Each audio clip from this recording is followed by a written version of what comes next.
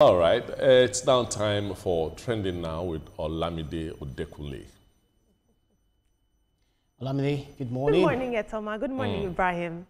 Good morning. How's the weekend? I'm very well, thank you. It's a good Monday to tell stories. Yeah, absolutely. Let's have it. Good Monday to tell stories, so right on.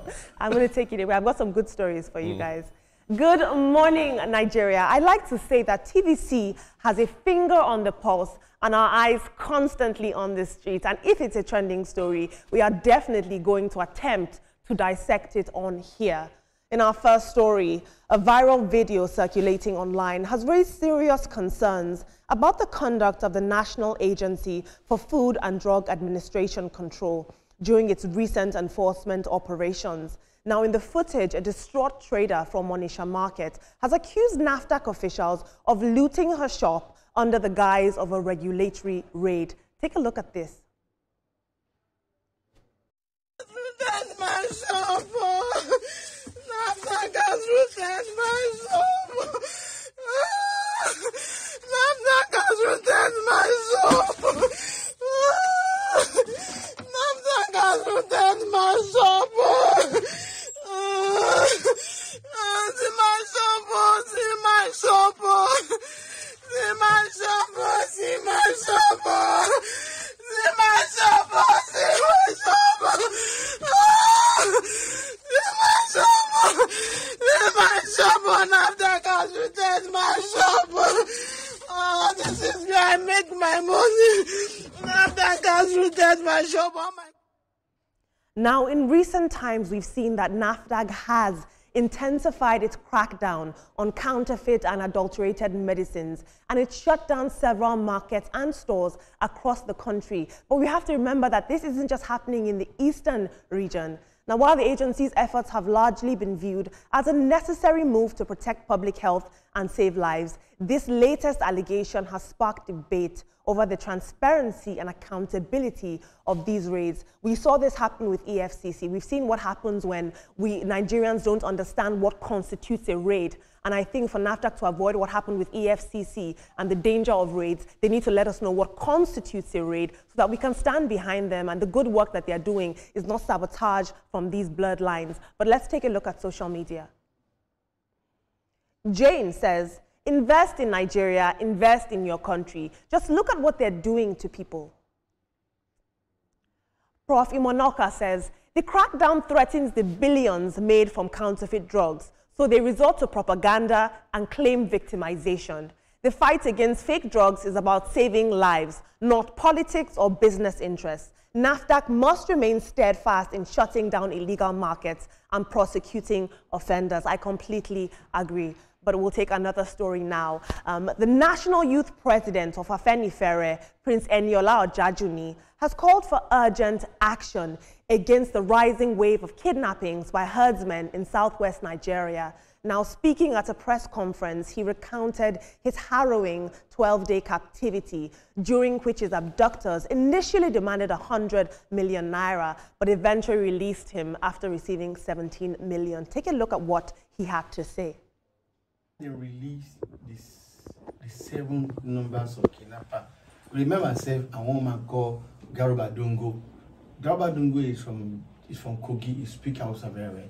And they were telling Garuba men, the 10 of them, 9 of them dressed in military camouflage uniform. If I was trying to look at name tag, but their badge was covered. Their badge was covered, and they covered their eyes. The Fulani herdsmen are experienced. They have AK-47. It was God that saved me. He also revealed that kidnappers have established multiple camps across the region and that they're using advanced technology to track victims and evade security forces. And now, according to his findings, there are 27 camps in Ondo State, 16 camps in Ekiti, 7 in Osun, and 5 kidnapper camps in Ogun State. He warned the government that abductors are planning to intensify their operations in Ondo and Lagos State. I believe that every kidnappee is a very important and reliable intelligence asset and should be treated as such. We have to get the details from these people. They can really inform us and help the government to prevent such kidnappings in the future. But let's take a look at social media. Success says these people are not doing the work alone. They have backup and also working with intelligent people, people that know about technology. When I passed through that road last year going to Abuja, my heart was up like bing bing till we got to Kogi State. We have citizens living in fear, unfortunately. We'll take one more tweet. Obi says the security forces will still turn a blind eye to them all. I mean, and Ibrahim Anetoma, he actually in the video, we didn't play, we didn't show that, but he alleged that these kidnappers are working closely with military forces. He says they're wearing military uniforms and have military name tags. What do you make of this? Well, military uniforms, because they are wearing it, doesn't really mean that they are military men that are perpetrating these crimes. Now, what stood out for me is that the guy knows the number of camps they have in what state in the southwest.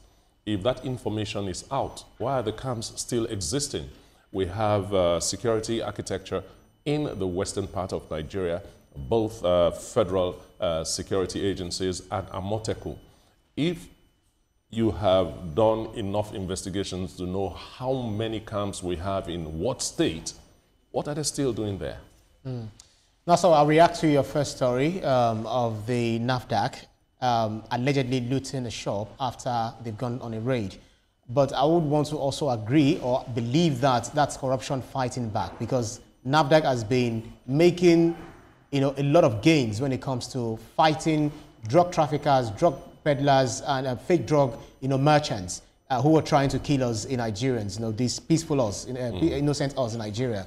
So, but proper investigation should be done as to, was it NAFDAC that did this? I mean, NAFDAC officials that did it. Of course, NAFDAC can't do that. That is not part of their, so was it part of their officials that did this, or was it certain people who are trying to blackmail NAFDAC because they are seriously fighting against counterfeit drugs?